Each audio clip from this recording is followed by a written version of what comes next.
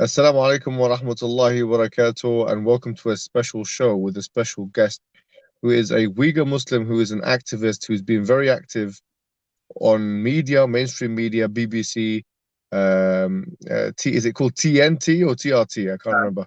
Yeah. Yeah, the Turkish channel, right? Al Yes. Jazeera and many other important channels. He's obviously got very important information to give us today about the plight of the Uyghur Muslims in East Turkmenistan.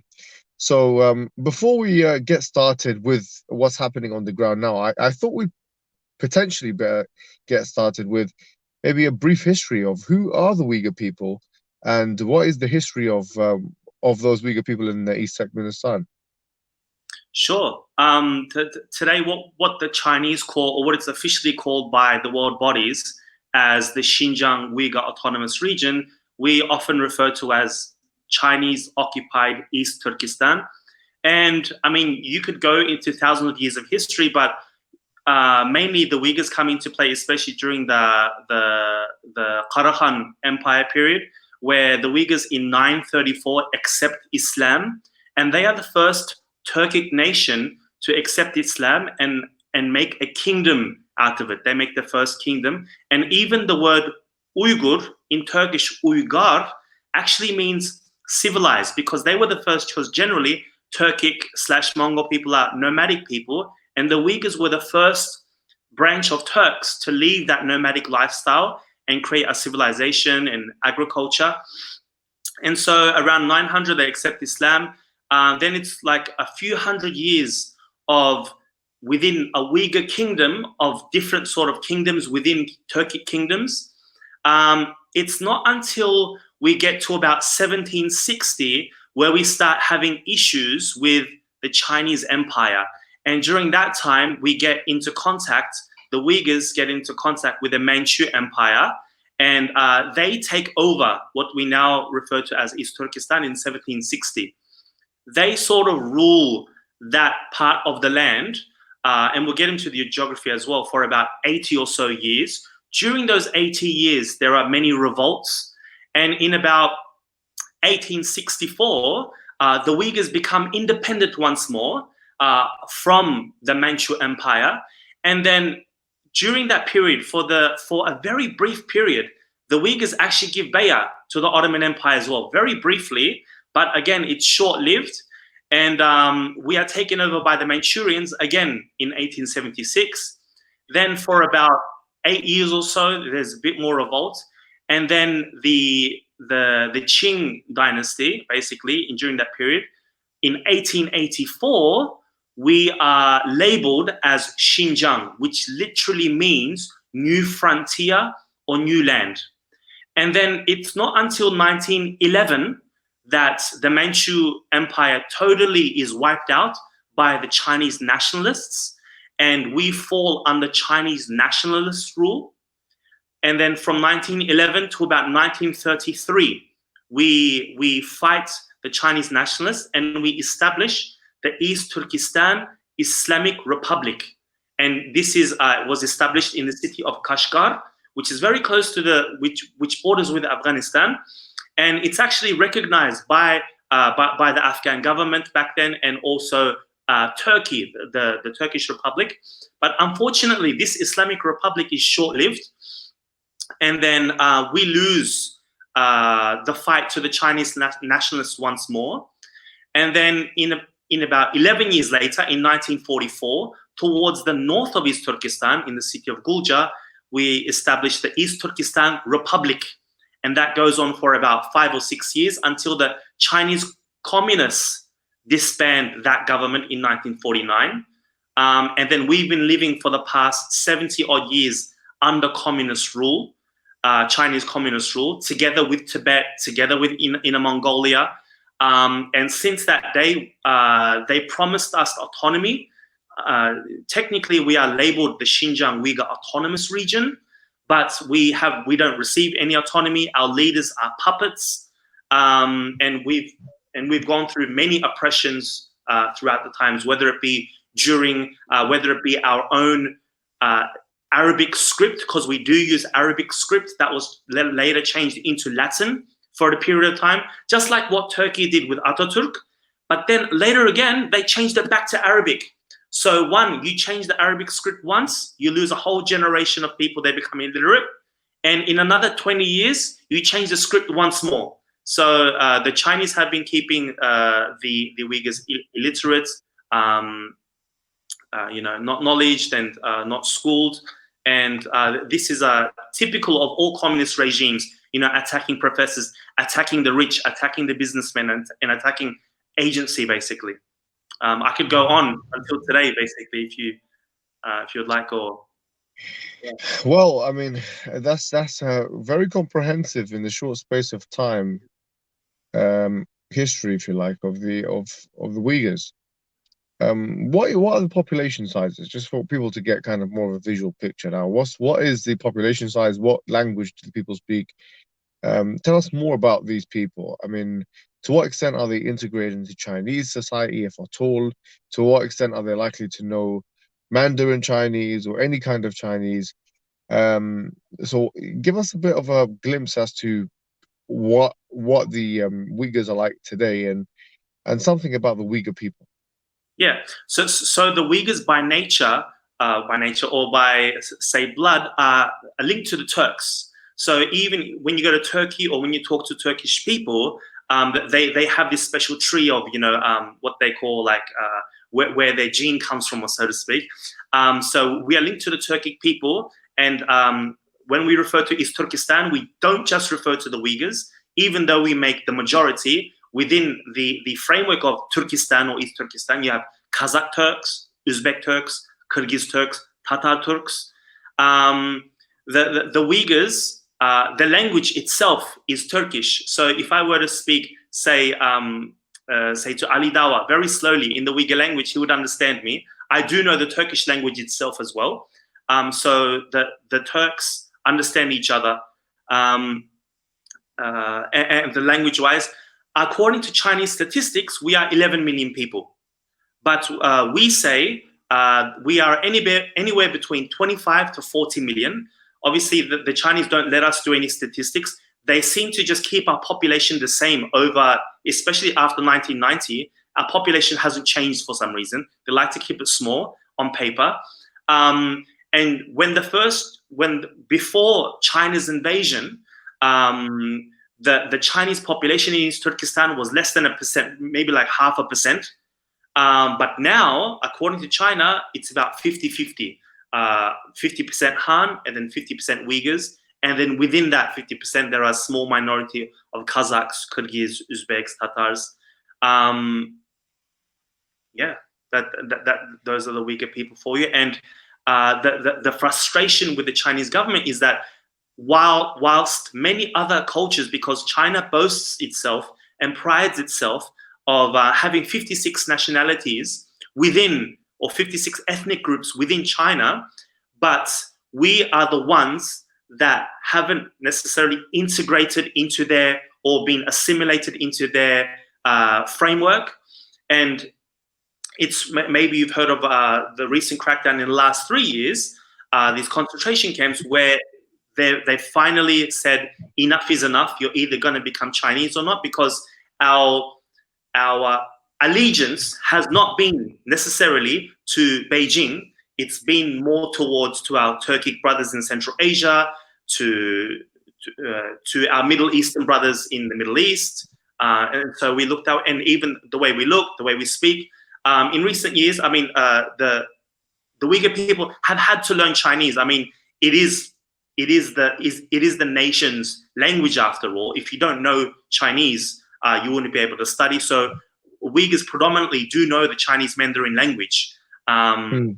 Yeah, and you may have heard that, and we'll probably get into that later, that why they're putting us into concentration camps is to teach us Chinese Mandarin. But most of the people that you've seen put are actually very educated people. So let's get to that right now, because I think we've got a good picture of who the Uyghur people are, what their history is, because I think that humanizes them, not just for, let's say, non-Muslims who are watching this, but also for us Muslims who might not have much information about the Uyghurs, myself included. So I think it's very important that we we do study a little bit more about the history, study a little bit more about the society and the people. What's going on in China now? So the most recent thing that has been going on, especially since the beginning of 2017, China have decided to put the Uyghurs into, and we've seen it, and today I made a video about it as well, just like what happened to the Jews, into concentration camps. Before, I mean, it's not like it started in 2017. The Uyghurs have always been oppressed over the last 70 years, but especially these last 3 years, regardless of how religious someone is, or regardless of how loyal they were to the Communist Party, it based simply on your ethnic identity, you were put into this concentration camp to be basically fixed, or to be retrained, re-educated, and in the process, many have died. So if I can go into what actually happens in these camps, there are actually 4 types of camps, four levels of camps. The first type of camp is the lightest, where probably the people that are not a threat to society. So sort of threats to Chinese society is if you have connections overseas, if you make a telephone call overseas, if you have ever owned any religious items. So holding on to prayer mats or Quran or hanging things or saying simple words. How do they establish that, if you don't mind me asking? How do they know if you've got religious or possessions or not? So you can check this out as well. 1.1 million Chinese officials were sent into Uyghur homes, and you had no choice for this, under the guise of creating ethnic harmony between the Han and the Uyghur. And we thought, you know, this is good, all right, that they'll get to know us. It'll be like a cultural exchange, because it's very, I mean, even though Uyghurs and Han Chinese do work together, it's very unlikely that you would invite them, like have them sleep over and all this. During that time, the Uyghurs were surveilled, and they saw how they interacted. So this notion of, oh, they could practice at home and not practice outside, that doesn't exist for us. So during that time, they were able to establish how much Chinese Mandarin they spoke at home, because now in public spaces, the Uyghur language itself is banned. So what sort of lessons were they teaching their kids? And it could be things like, not even like fully Islamic, like, my son, eat with your right hand. Like, there's no, you know, you don't even have to say, oh, the shaitan eats with his left. It's just eat with it. Oh, why are you telling him to eat with his right hand? So all these things are jotted down and jotted in. And so from this, they sort of gather who's at what degree. So the lightest punishment is basically this first sort of camp, where you literally go to like work from 9 to 5. You're back home. This is the lightest. The second camp is the actual camp, where you are taken and you actually stay, you live there. People have told us, former detainees have told us, and this is widely covered in Western media and Eastern media, they were on 400 to 500 calorie diets. They were made to repent, make tawbah to Xi Jinping. And there are signs out on the streets, and again, this is everything that I'm going to say is recorded. You can do your own research on this, that Xi Jinping is literally God. And they have a TV screen on him, and you need to write letters to him. And so people are making tawbah because they were making tawbah to Allah. So religion, not just Islam, Christianity, Buddhism, Falun Gong, you may have heard of these groups. Any religion, and this is under all communist regimes, are banned, even though they have state-run religion where they propagate their own communism anyway. It's not real religion. So that's the main sort of concentration camp that we're talking about, where they're on 400 to 500 calorie diets. Women are sterilized. They are injected with something, but the former detainees, the women, they were saying they ended up not having their periods. There is gang rape, regardless of men and women. Even some men have testified that they were gang raped by prison guards. And what's the evidence of all of this? All of the evidence is based on testimony. And number two, there is satellite images of the actual camps, but video footage of actually what's happening? No, we don't have any footage of this. So it's based on testimony. It Yes. the mawjud, the realization of the camps have been seen on through Google Images, through Google Maps, and whenever any foreign visitor, investigator, journalist does want to go to a specific area and follow those addresses on the maps that were given, they are stopped. If there is nothing to hide, why are you stopping them? And so, for example, I've seen yourself, for example, going to Rohingya, going to these very delicate, sensitive places. You would not be able to do that in East Turkestan. You wouldn't be able to interview the people. So that's the second sort of that's the second camp. The third camp, yeah. Did you want to ask? I was going to ask you just on that point. Yeah. How would you compare the Uyghur situation with the Rohingya situation? As you kind of mentioned, I didn't go into Burma, but I went to Cox's Bazar, which is on the kind of border with Burma. Yeah. And I spoke to many of the women who had said that they've seen their own children, put into fires and burnt alive and gang rape and all this very sinister stuff. I was going to ask, to what extent now is that comparable with what's going on in China? Are we seeing the same kinds of thing? Is it just genocidal killings? I mean, what kind of numbers are we talking about here? Is it anywhere similar to Rohingya in Burma? Would you say it's lesser than that? Would you say it's similar to it in many ways, or what would be your assessment? So basically, based on what the former detainees have said, they're saying anyway, based on their experiences, on average, they were saying they were at least seeing 10 people every month leaving their cells and not being able to come back. This is what they were telling us, that they actually saw 10 people die in front of their eyes every month. They're saying that there's anywhere between 1,000 to 2,000 camps. So you can only guesstimate. There are no official numbers. I mean, are China, they killing them? Yes, that they are killing them, but that they are killing them in a way that they are being put through this camp, but the people that are dying they are not able to take that torture. It's not like a bullet to your head, but just through those lack of nutrition, through the torture, through so what? Sorry to ask very specific questions, but what kind of torture methods are we talking about here? So well, so we're talking about sitting on wood. There is special made chairs. You may have heard them, tiger chairs. For some of the detainees have said 15 to 16 hours at a time, and when they're or they are made to stand in certain positions for many hours at a time. They are interrogated, they are given pills, or they are given these special injections so that they don't fall asleep. After a while, if you're not sleeping for days on end, through torture methods, the human body isn't able to take it, and so you have tens of people die from each cell. This is how they are dying.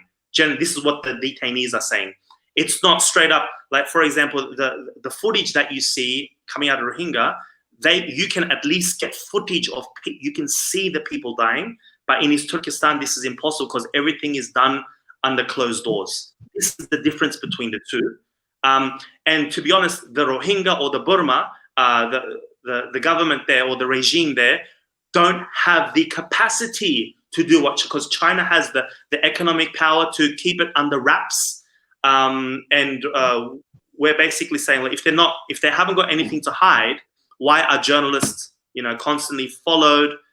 They are not able to report freely, and still to this day, no UN investigators are able to come.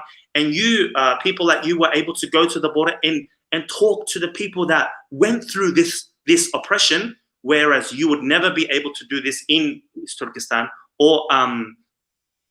but you could talk to people outside, say in the UK or in the West. So that's the second one. Have you been there personally? Have you seen, or yes? Yes, and what have you witnessed? So basically, the last time I was there in 2014, basically from a child, I've been going there every three or 4 years. My mum would take me, and we would stay, say, months on end, 3, 4, 5 months at a time. And basically for me going there as a foreigner, I didn't really see much.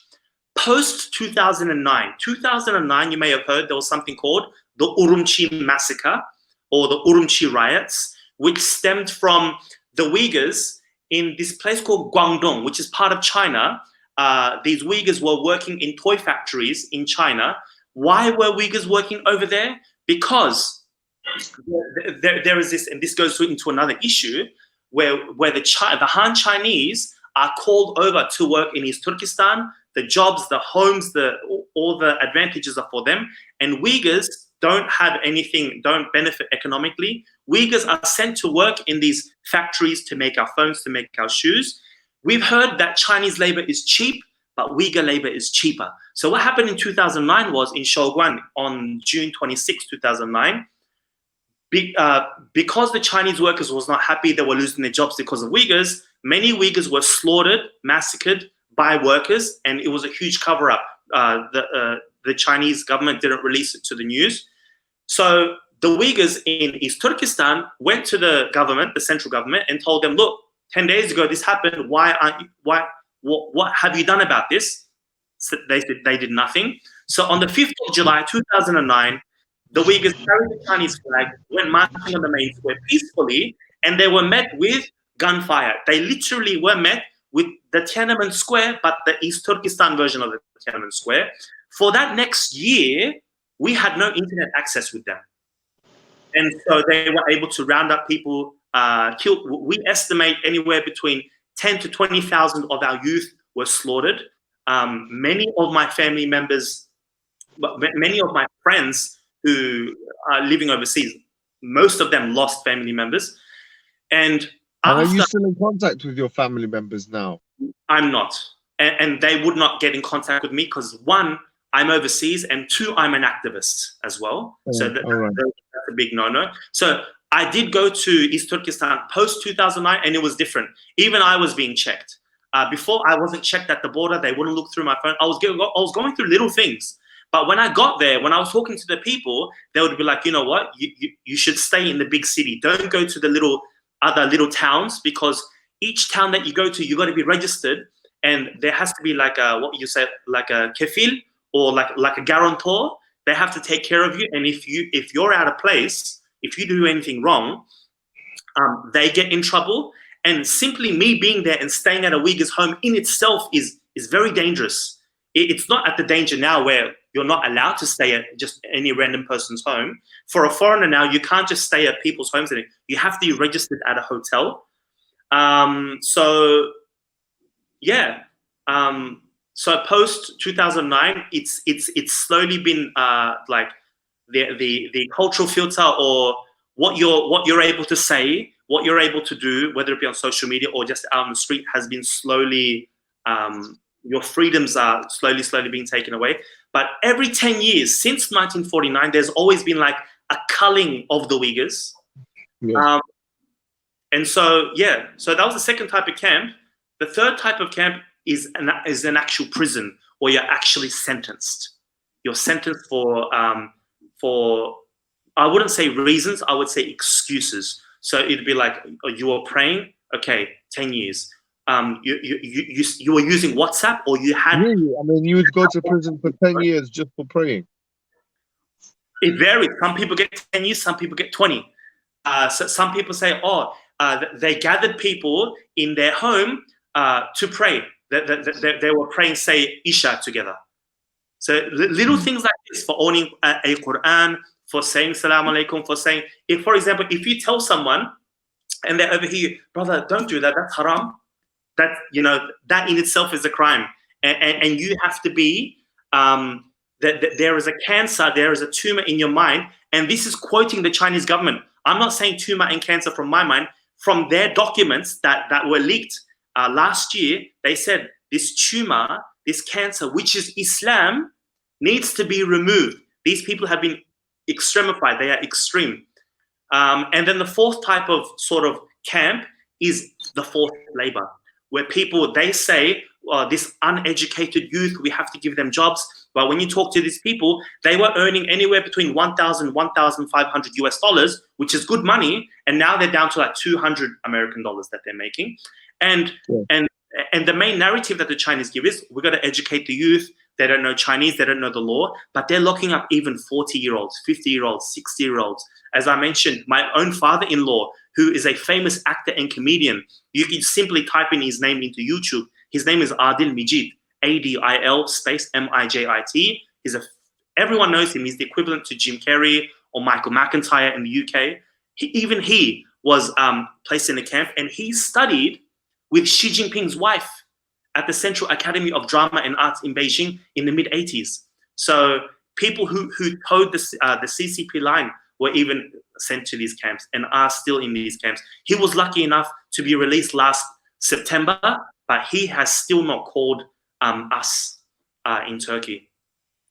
I'll ask a question now. This is very bleak, you know, and very horrible, to be honest, you know, image that you've given us of what's going on. People will be wondering now, what can we do about this? I mean, what are the steps? What are the productive steps we can use to move forward? And how can we follow your work in particular and help you with what you're doing? So basically what we do is we basically do our work from Twitter and Facebook, and we also team up with other activists as well, and also Western organizations like Amnesty International, Human Rights Watch. And so you got to imagine that these organizations, if there was really a terror issue or an extreme issue, they wouldn't come near us at all if this was really the case. And these are Western elite organizations, human rights organizations. So you're working in conjunction with Amnesty International. Yeah, so we work specifically with, say, groups like the World Uyghur Congress or Uyghur Human Rights Project. So so we feed off each other, we share each other's work, we talk on different platforms. What is your Twitter? So my Twitter is @Arslan, so ARSLAN _ Hidayat, HIDAYAT. And the Facebook page is Talk to is Turkestan. It's the most popular Uyghur Facebook page. And the only reason why we got popular... Can you repeat that one again, sorry? Talk to East Turkestan. Talk to is number 2 or TO? TO. Yeah. Okay, yeah. East Turkestan, all one word, yeah? Yeah. And that's on Facebook, you said, yeah? Yeah, Facebook. Or you can just type in my name and you'll see me all over Google anyway. And how do you spell that? It's underneath there, right? Yes, they can see your name on the screen as well. Yes. Yeah, so we were talking about how important social media is. So I'll just tell you a little story what happened last year. I want everyone to look up the term 50 Cent Social Media Army. You can Google this, and this is literally 50 Cent Social Media Army. And if you simply Google this, you will see the money that the Chinese government pays its citizens to basically, from writing comments and posting comments, supporting or anti-Uyghur or anti-Tibetan or anti-Hong Kong to go against these movements, from making videos saying, stay strong, UK, you'll get over the coronavirus and all this. So we got these people, they attacked our page, right, with comments and bringing down our rating. And they posted it, and they got written by the Global Times, which is a Chinese CCP channel, which boosted our our presence. CNN got in touch with us, and you can find these articles on CNN talking about how our page was attacked. But one question before you continue: when you say us, who are you talking about in particular? Oh, so me and there is another brother called Abdurghani Sabit. We run East Turkestan, Talk to East Turkestan together. Right. Yeah. And so... they got in contact with you through the Facebook page. Yeah. And so they promoted our page. And basically what I'm trying to say is, for the Chinese mentality of the Chinese government is that they want to save face. So even little Facebook, I mean, we've only got like 60,000 followers. With little Facebook pages like us, the Chinese regime finds us a threat, and will find anyone who speaks about the Uyghur issue, the Tibetan issue, or any other oppressed peoples in China, no matter how small you are, they will try and ridicule you, or they'll make you as fake. We're spreading fake news. And our argument has always been, well, if we're so fake, let us in. Let the people in. Let the likes of yourself in and talk to the people. Why are the Uyghurs, do Uyghurs get in trouble, get put in jail for talking to journalists? And so don't think that what we do on social media or others do on social media, every little bit, hashtagging, sharing the material that we've got, listening to us, telling your friends and family, it may seem small, but it's really huge. And we just need people to be aware of this, because in a few days' time, inshallah ta'ala, Ramadan is starting. And like a few moments ago, you were comparing the Rohingya.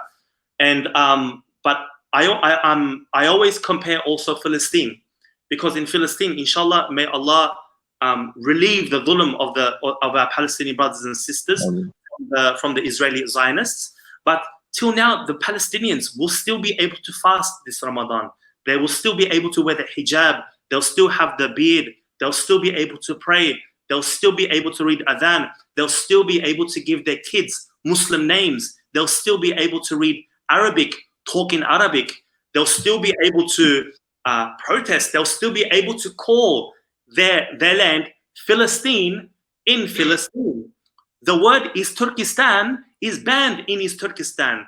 The word itself, what we're doing now, is illegal if we were in East Turkestan right now. So I would like people to think about these things ahead of Ramadan. Yeah. Well, I mean, I was just having a conversation with Noam Chomsky yesterday. Yeah. And he said something which I think we can end with, which is, and it's very important to first note before I do that I've been enlightened by a lot of what you said. So I want to thank you for coming on the show, and I want to thank you once again. I want you to reiterate your Twitter. What was it again? Ad Arslan. So my name there, ARSLAN _ Hidayat, HIDAYAT. And the Facebook page is Talk to East Turkestan. So he said, using social media, if we don't use it, the bigots and the racists will. So this is it's an manner for us to put this case forward, and this is a very important thing that needs to be highlighted, or at least investigated by Western media streams. But I thank you again for coming on the show and for enlightening us from a historical perspective, and surely enough from a political one as well. Thank you very much, Arslan Hidayat. Thank you for having me.